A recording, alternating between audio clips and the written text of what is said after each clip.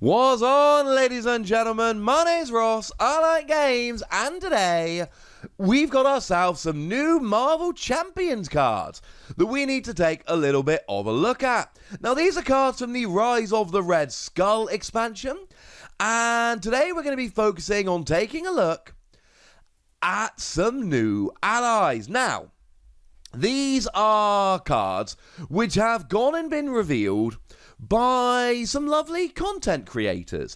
They have been given the reveals by the lovely folks over at Fantasy Flight Games. So we are going to be covering these because it's still news, it's still stuff to talk about. But a couple of things to note first.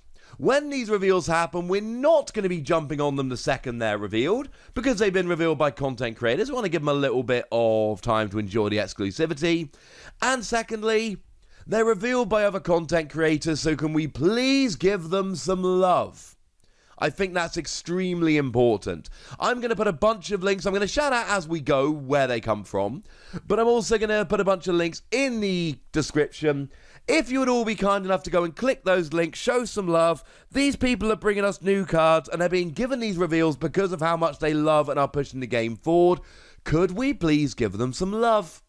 Cheers! So starting off then, let's take a little bit of a look at Black Knight. Now, Black Knight has come from the lovely folks over at the Side Scheme. Again, link in the description. And this is a leadership card, which is going to be coming around, like I say, in the Rise of the Red Skull box. Now, what we've got is a free cost ally, 1 thwart with 1 consequential damage, 2 attack with 1 consequential damage, free health. So, straight away, the 2 attack with 1 consequential damage on a free cost, free health ally, I'm loving. You essentially should be getting 6 damage on the board by the time Black Knight goes down, and that's good enough for me. But it also gains piercing, and I adore this. Piercing means that you get to discard a tough status card before you actually get the attack rolling. And this can be absolutely huge. There are certain villains, whether they be the proper villains or just minions, that are just super annoying when you come against them. I mean, somebody like Tiger Shark, for instance, that gains a toughness counter every time he attacks. That's actually super annoying. We're not a fan. Somebody like Sandman, who comes in as a really pretty good minion, but then enters play with a toughness counter, we're not loving. And let's not forget that Rhino himself ends up with a bunch of toughness counters here, there, and everywhere. Rhino Stage 3 has toughness, and frankly, this is going to be really good. I like the fact that we can do 2 damage a turn, and we can essentially get 3 turns of that before Black Knight actually falls. That is awesome for me. But the fact that you get piercing as well really pushes me over the top with this one. The 1 thwart, 1 consequential damage, I'm not loving, but you can't have everything.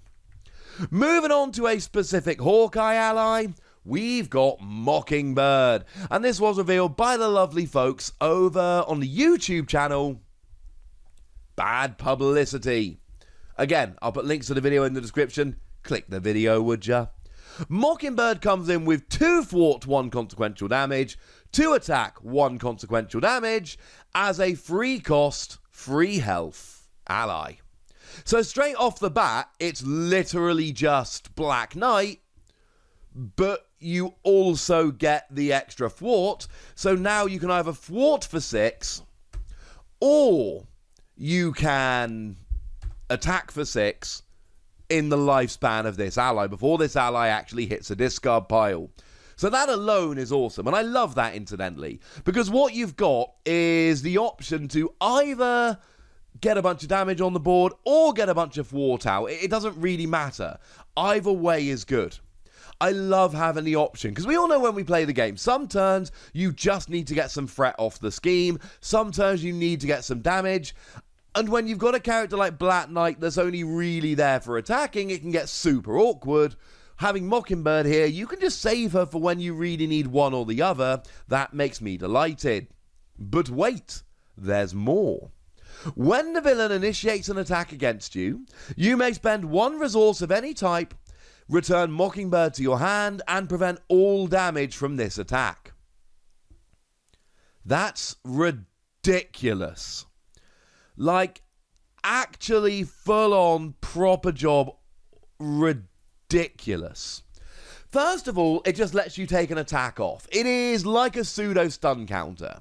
Because generally speaking, right, when the villain attacks you, either they're doing a bunch of damage, or there is a stun counter to stop the attack, or you essentially give up an ally to stop the attack. And the ideal situation is you've got an ally with 1 health left, and you essentially sacrifice it in order to stop the attack. And it works, it's fine. Well, here what you're doing is you're stopping an attack, but you're putting Mockingbird back in your hand. So essentially the cadence of Mockingbird goes like this. Play it down, thwart for 2 or attack for 2. Then you thwart for 2 or attack for 2.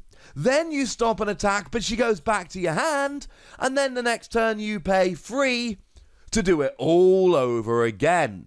This is probably one of my favourite allies we've seen in the game so far.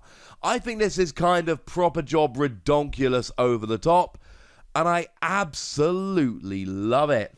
It's going to make me want to play Hawkeye a little bit more, put it that way. This one's kind of redonk. Moving over then into I Rebel. Again, link to their blog over in the description.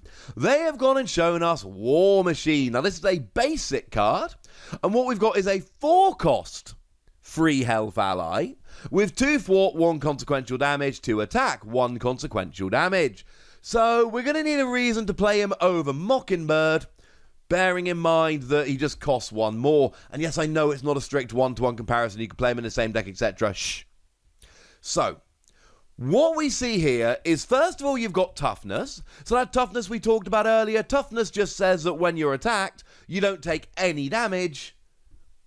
Let's say when you would take any damage, no matter where it comes from or how much it is. Instead of taking the damage, you just remove the tough counter. That's pretty gosh darned awesome.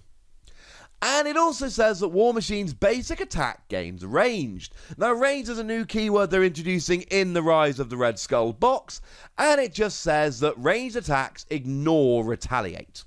Now, retaliate means that when you attack, you take damage back, and this just goes right through that. You can attack without having to take any damage back. And this is a very situational card, because there's a whole bunch of villains and minions out there that don't have retaliate. And if they don't have retaliate, this becomes pointless. Well, not pointless, you're still doing 2 attack, but you're not getting anywhere near as much value from it.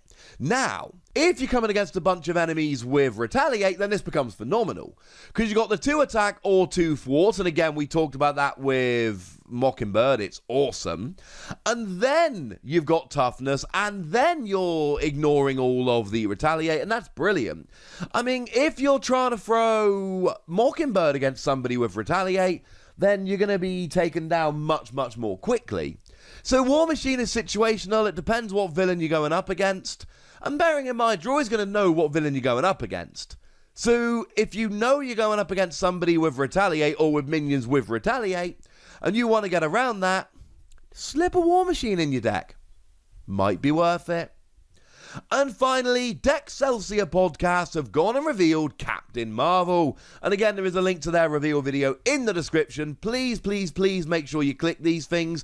We need to be giving love to people who are pushing the game and really showing it at its best. And these people are doing that, so, you know, give them some love, ladies and gentlemen. Give them some love. Now, Captain Marvel, stop me if you've heard this one before, because it's a bit of a theme in all the cards we're talking about today. 3 health. 2 thwart with 1 consequential damage, 2 attack with 1 consequential damage. All 4 of them have been exactly that, except Black Knight, who only had 1 thwart. But you are a 4-cost, so you're expensive like War Machine rather than cheap like Mockingbird. Is it worth paying the extra? I should mention Captain Marvel is the signature ally of Spider-Woman, hence why we got a Spider-Woman card, and it's number 1 out of 15. In case anyone hasn't noticed yet, the signature ally is always card number 1 in the hero deck. Response. After Captain Marvel uses a basic power, draw a card. Yes! Essentially, you're going to use Captain Marvel 3 times, assuming no retaliate, direct damage, etc. And each time you're either going to remove 2 threat, or you're going to deal 2 damage. And all 3 times you're going to draw a card. So you're going to do 6 thwart and draw 3, or 6 attack and draw 3, or some combination in between. 2 thwart, 4 attack, or 4 thwart, 2 attack, whatever it might be, while also drawing those cards. And this is awesome. We don't see a huge amount of draw in Marvel Champions. Because you draw into your hand size at the end of your turn, there's not that same need to draw that we see in other games. You're not going to be stuck with a tiny hand. So we don't see a huge amount of draw, it's the odd card here or there. But essentially, this Captain Marvel card will give you 3 turns in a row of drawing an extra card, and I think that's absolutely redonkulous. Love it, ladies and gentlemen. Love it. So there we go, 4 new allies, and I'll be honest with you, I can see reasons to love all of them. Shout out once again to all the lovely content creators we've talked about today, The Side Scheme, Bad Publicity, I Rebel, and Excelsior. Check them out, links in the description. Those guys need some love. But for now, ladies and gentlemen, I want to hear from you guys. I want to know what you think about all of these new allies, and I'd like to know if you're planning on using them and how you're planning to use them. So let me know in the comment section, would you? Go nuts! Be nice. And then make sure you like this video, subscribe to this channel, follow me on Twitter at the Wossy. That's where we talk Marvel Champions and a bunch of other card games. And please do consider checking out patreon.com/PTCGradio, where you can support the channel, get some bonus podcasts and all kinds of fun things. But by far the most important thing is always, look after yourselves till next time, would ya? Thank you very much for watching. My name's Ross, and you've been watching Wossy Plays.